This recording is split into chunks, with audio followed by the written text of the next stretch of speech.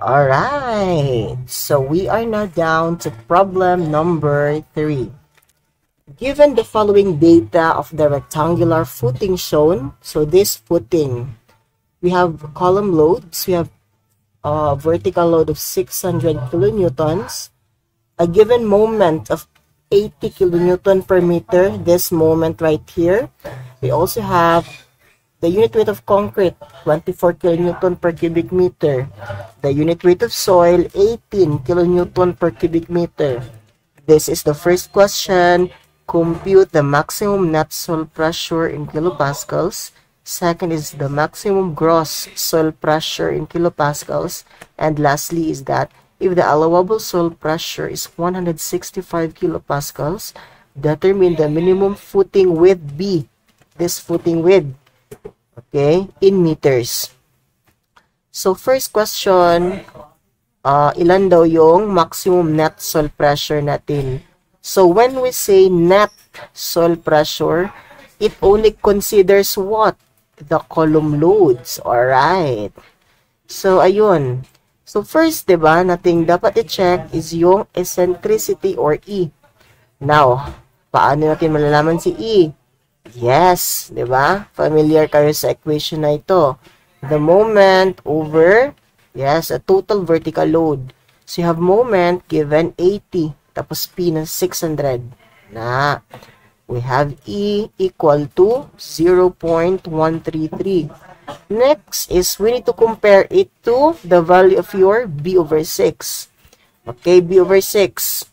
So, ilan yun? B, 2.5 over 6. So, B over 6 is 0.417. So, comparing your E and this value, ano masasabi natin? O, diba? Si 0.133 or your E is less than B over 6. Therefore, wala tayo tinatawag na uplift. Alright. Therefore, yung combined stress formula na P over A plus 6M over B squared. Alright, eto. Okay? So, yung parte na ma-square dito, if ever, katong mo gamiton P over A plus 6M over B squared is kaning 2.5 meters. Nga naman. O, diba? Anak ko sa inyo ha, kaning nga moment is what? Parallel aning nga side. So, therefore, imong square is kaning nga length, ang 2.5. Nakuha? Alright. Kung nakukuha, let's proceed. So, substitute lang ta. Natay P nga 600 all over BL. B na to, 2.5. Tapos L. Ang L is a perpendicular length, ha? So, we have 2 meters. Right? Alright. 2 meters. Multiplied by 1 plus 6E. Nakuha na itong E as 2 over 15 or 0.133. Na 6E over B na 2.5. We get 158.40 kilopascal. So, this is your maximum net soil pressure. So, pwede kung mo gamit mo itong P over A, ha? Plus 6M over BD squared. Where moment ni mo diri is equal to PE. Okay? Ang ara. Kanina gamiton kay para inyong nga practice ba kung asa nga side ang square, na asa nga side ang dili. Okay? Alright. So, proceed na ta. Sharing na. Letter B. Compute the maximum gross soil pressure in kilopascals. O, dito, gross.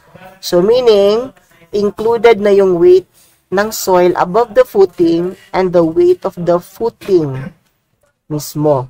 Alright. So, we have equation nga, diba? Q net is equal to gross soil pressure minus overburden soil pressure Q sub O. Alright? So, nakuha na nato, diba? Q net. Q net, 158.40. So, okay na ng Q net. So, Q sub O na lang. So, solving for your Q sub O or your overburden pressure, we have 18 multiplied by 1.2 plus 24 for the concrete multiplied by the thickness na 0.6.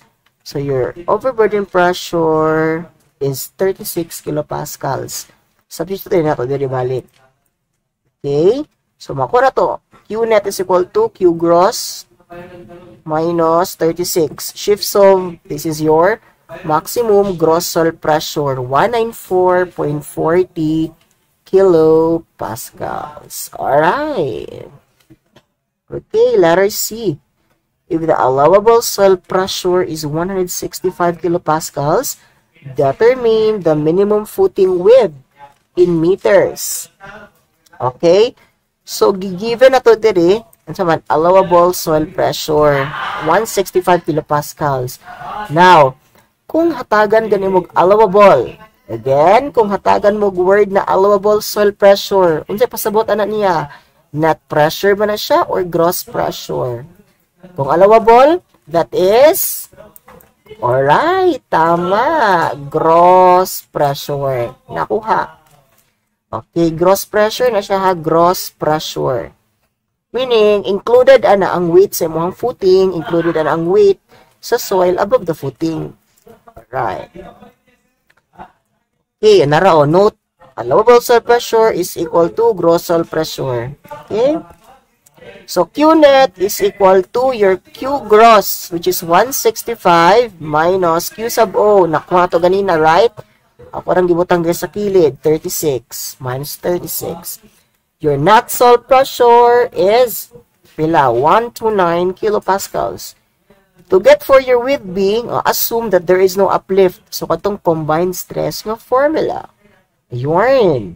The Q net is 129. Now, substitute is equal to 600. That's your total vertical load all over B times length na 2 multiplied by 1 plus 6E. Again, ang E na imong consider diri is katong ganina. Katong na-solve sa pinakauna. All over B. Shift solve, makuha na to ang value sa imong footing width as 2.96 meters. So, yeah. Or say, na kay footing width nga 3 meters. Okay? Okay. So, ano ya? Kung mag-design na mo, pwede ninyo nga i-round up. Diba? I-round up ninyo, if ever. Okay, okay. Lisod mag-construct og 2.96 meters na ay point, diba? Something. So, mas siya na itong naka-round up. Okay, and dapat kung dimensions naka-round up, dili ka always round down. Okay, para dili bawasan ang iyang capacity. Anda.